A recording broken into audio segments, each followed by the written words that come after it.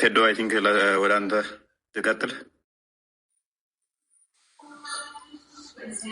መልካም የተወደዳችሁ የእግዚአብሔር ቤተሰቦች ሁላችሁንም በክርስቶስ ፍቅር ወዳችኋለሁ። እንዴት አላችሁ? እንኳን ለበዓለ ሆሳዕና እንኳን እንዲሁ ለሰሞነ ሕማማት። አሁን በኢትዮጵያ እንግዲህ ወደ ሰሞነ ሕማማት ገብተናል። ስለዚህ እንኳን ለሁለቱም ታላላቅ በዓላት በሰላም አድረሳችሁ አደረሰን በማለት ልጀምር። ከዛ በመቀጠል እጅግ በጣም እግዚአብሔር አምላክ ስላደረገልን ነገር ምን እንከፍለዋለን? ምስጋና ነው እንጂ ሌላ ምንም የምንለው ነገር የለም እና ለዚች እጅግ በጣም ለናፈቅናት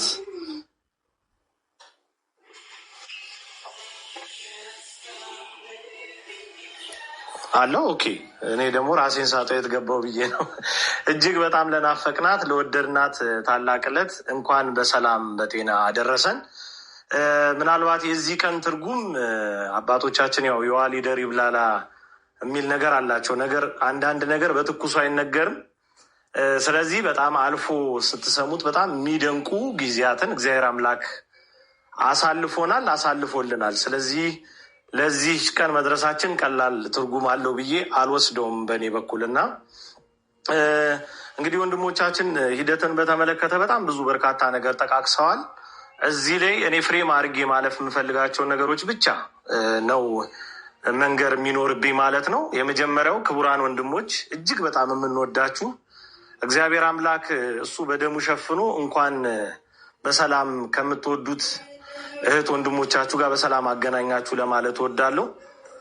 ቅድም እንዳልኩት አሁንም ድጋሚ ማጠንከር ካለብኝ አልፎ ሲነገር በጣም የምትደነቁባቸውና ምናልባት ይሄ ነገር የሆነ ሆሊውድ ውስጥ የሚቀረጽ ፊልም ነው እንዴ ብላችሁ እስክታስቡ ድረስ የሚደንቁ ጊዜያት አልፈዋል እና እንደቀደሙት ሰማዕታት ዘመን ያሉት አለፌታዎች እነዛ እንድናስታውስ ሁሉ እስኪያደርገን ድረስ ስንደነቅበት የቆየውን ትልልቅ ነገር ነው እግዚአብሔር ያሳየንና በእውነት ይህን ቀን ስላያችሁ ስለተገናኘን በእንደዚህ አይነት መንገድ እጅግ በጣም ደስ ብሎኛል።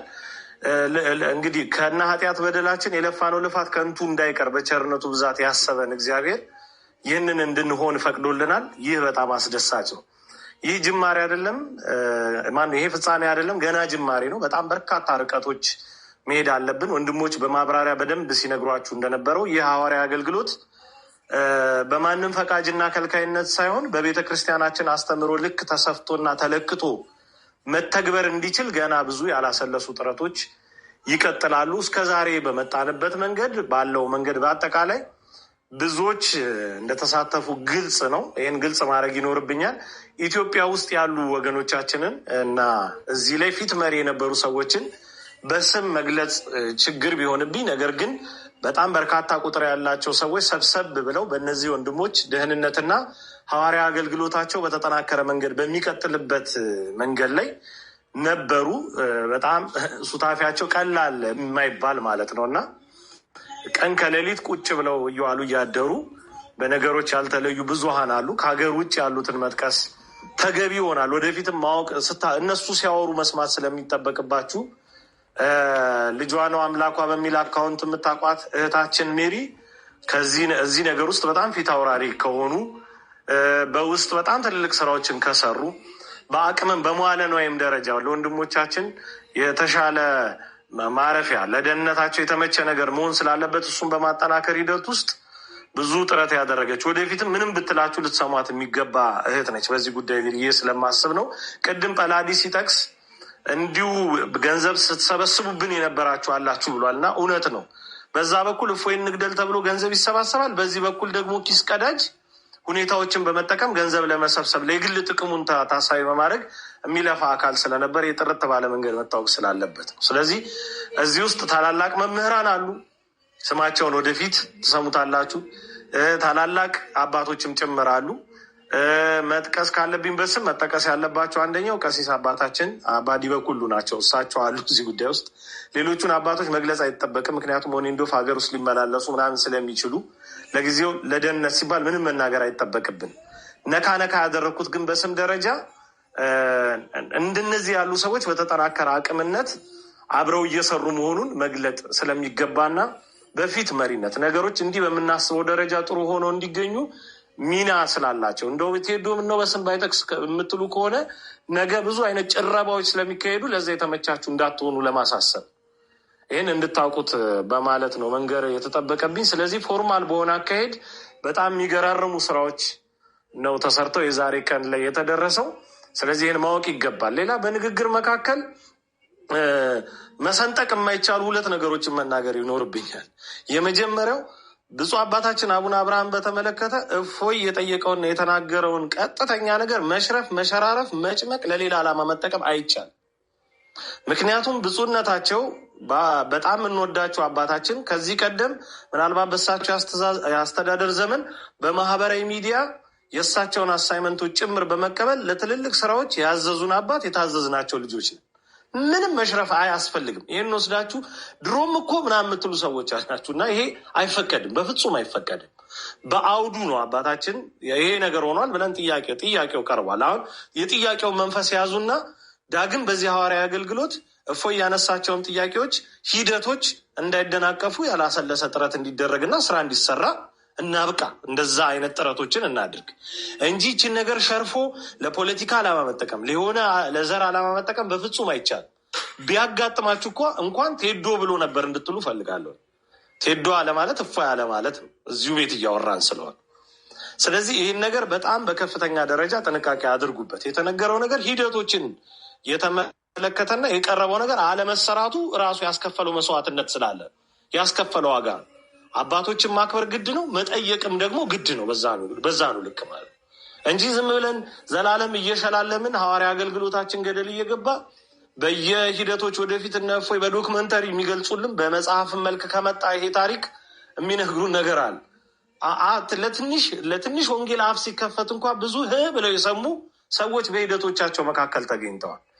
ስለዚህ ዘላለም ዓለማችን ዝም ብለን ስንሞከሻሽ ዝም ብለን የሆነ ምናምን ስንደራደር ዋናው አገልግሎት ዋናው ተሳትፎ የሚፈልግ ነገር ዋናው ስራ የሚጠይቅ ነገር እየተረሳ ስለሆነ የጠቅላይ ቤተ ክህነት ትልቁ ጉዳዩ ሂሳብ ኦዲት ማድረግ እና በጀት መፍቀድ ብቻ አይደለም እንዴ። ቤተክርስቲያን እኮ የነፍስ ቤት ናት፣ መንፈሳዊ ስፍራ ናት። ስለዚህ ለመንፈሳዊ አገልግሎትም በዛ ነው ያክል ቁብ ያስፈልጋል። ስለዚህ ይሄ እንዲሆን በልጅነት መንፈስ መንቀሳቀስ መጠየቅ በጣም የተገባ ነው። ስለዚህ የብፁዕነታቸውን ጉዳይ ወደ ሌላ ነገር መሾፈር በፍጹም ክልክል ነው፣ በህግ ያስቀጣል።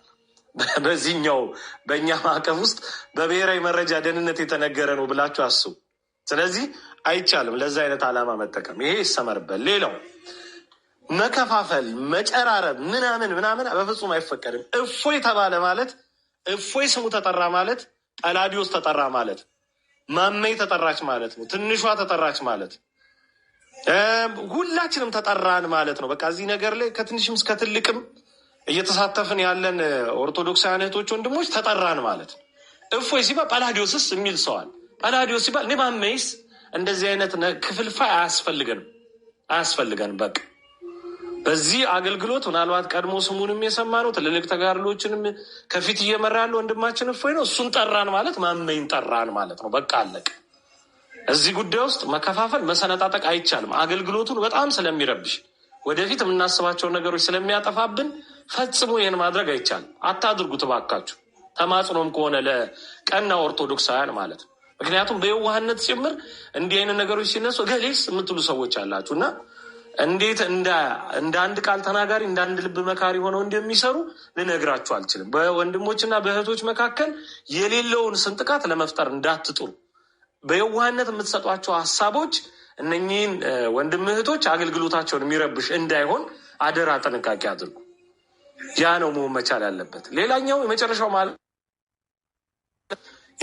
ማለት የምፈልገው ነገር ሁለት የመጨረሻ ነገሮች ይኖሩኛል።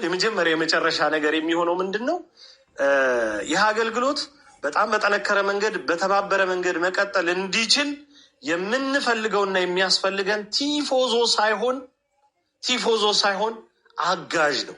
ሁለቱ ይለያያል። ቲፎዞ ዝም ብሎ የካምፔን እና የቻሌንጅ ሰው ዝም ብሎ መክተልተል፣ ዝም ብሎ የሆነ ነገር መዝመት ምናምን አያስፈልግም። እገዛ ማለት ከትችት አንስቶ እስከ መሸከም በቃ እስከ መልፋት ድረስ ያለው ሱታፌና አስተዋጽኦ መሆኑ ይታወቅ።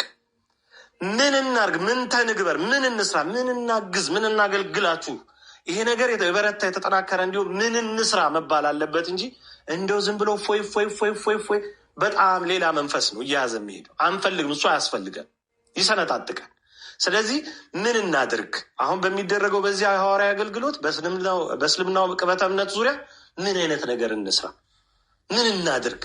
ይሄ ምን መሰላችሁ? ተቋማዊ የሆነ ፍሬምንና እንዲሁም ደግሞ መልክ ያለው አሰራርን ይፈጥርልናል። ዝም ብላችሁ ብታሞካሹን፣ ዝም ብላችሁ ከንፈር ብትመጡልን፣ ዝም ብላችሁ ብታደንቁ ዋጋ የለው። ይሄ ምናልባት እንዳጠቃላይ ቅበተ እምነትም ላይ ለሚሰሩ እህቶች ወንድሞች የሚጠቅም ነው ብዬ አስባለሁ። የሆነ ሰው ዝም ብሎ ሚዲያ ላይ መጥቶ ስለተናገረ አቦ አለው በቃ ያ ሰው ያችኑ ነገር ላይ ነው የሚቆየው። ምክንያቱም እገዛ የለውም፣ አላገዝ ነው። ወይም ደግሞ ያንን የሚሰማበትንም ጆሮ ሳናውቀው እንደፍነዋል። ስለዚህ በትክክል መሆን ያለበት ምን ተንግበር፣ ምን እንስራ፣ ምን እናግዛችሁ፣ ከስር ሆነን ምን እንልፋ መባል መቻል አለበት። ምክንያቱም በተደጋጋሚ እኔ ላይቭ ላይ ገብቼ በደንብ በዚህ ዘመቻ ወቅት ስናገር የነበረው እነ እፎይ ያመርታሉ፣ እኛ እናሽጋለን፣ በነጭ ልብስ እናከብራለን ብያቸዋል። የእነ እፎይ ምርት ቀላል ምርት አይደለም፣ ቀላል ፋብሪካ አይደለም። በየቀኑ በየጊዜው ከእስልምና የሚመጡ እህቶች ወንድሞች በብርሃኑ እንዲመላለሱ የሚሆኑ እህቶች ወንድሞች፣ እናቶች፣ አባቶች፣ ህጻናት ጭምር ይፈሩበታል።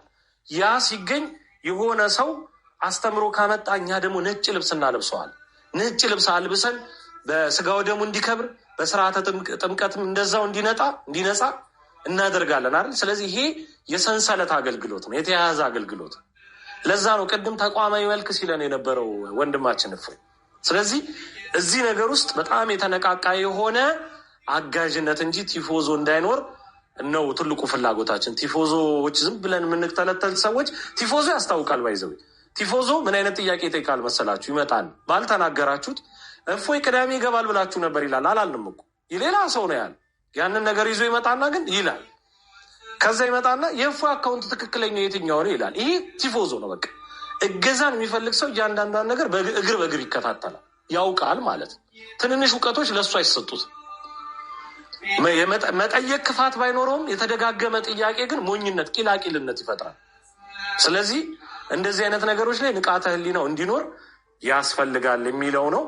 በስተመጨረሻ ማለት የሚኖርብኝ ትንሽ ምናልባት ልጎርር ነው ትፈቅዱልኝ ያላችሁ ብዬ አስባለሁ። ለሰከንድ እግዚአብሔር በሚያውቀው ይህ ሐዋርያዊ አገልግሎት አይቆም። ለሰከንድ ነው ምላችሁ። ካሁን በኋላ እግዚአብሔር አምላክ ከፊት ስላለ እሱ ከፊት መቅደሙን በደንብ ስላሳየ እግዚአብሔር አምላክ በነገሮች መውደዱን ስለገለጠልን ይሄ አገልግሎት ለሰከንድ አይቆም። ይሄ ምናልባት የሰይጣን አሰራርን ተቀብላችሁ እናንተ ወደ ምርት ለገባችሁ ወይም እናመርታለን ብላችሁ ለምታስቡ ሰዎች ይጠቅማል። ለሙስሊም ለእስልምና እምነት ተከታይ ወገኖቻችን የምንመክረው አንድ ነገር ይህንን አገልግሎት ሞክራችኋል፣ ቅድም ተናግሮታል። ብቻ ወደ ተሸፈነው ብዙ ወደማይገኙበት ቤት ወደ መኖሪያ ቤታቸው በሚሄዱበት ጊዜ ያጋጠመና የተፈጠረ ነገሩን ነግሯቸዋለሁ። ጥይት ተተኮሰ ሲባል የሆነ ሀገር ምናምን እንዳይመስላችሁ ማለት ነው። ይሄ የሆነ ኢትዮጵያ ውስጥ ባይዘው ይሄ የተፈጠረው ኢትዮጵያ ውስጥ ነው። ስለተናገረው ነው ምናልባት ዝም ብዬ የሆነ ግልጽ ለማድረግ የምሞክረው። ስለዚህ መሳሪያ እስከ መተኮስ ሲገደል ተብሎ እስከ መፎከር ምናምን ያላደረጋችሁት ነገር የለም። ስለዚህ ከዚህ በላይ መቼም ልሳን ለመዝጋት መሄድ አትችሉም። የሚሻለው የሚጠቅመውም ኑና ተወያዩ፣ ኑና ተነጋገሩ፣ ኑና እውነትን አስጨብጡ። በእውነት ዙሪያ በሚነገር ምክክር ምናልባት እኮ እናንተም ትስጉናላችሁ። አስተምሯችሁ ከፈቀደ እኛም ሙስሊም እንሆናለን።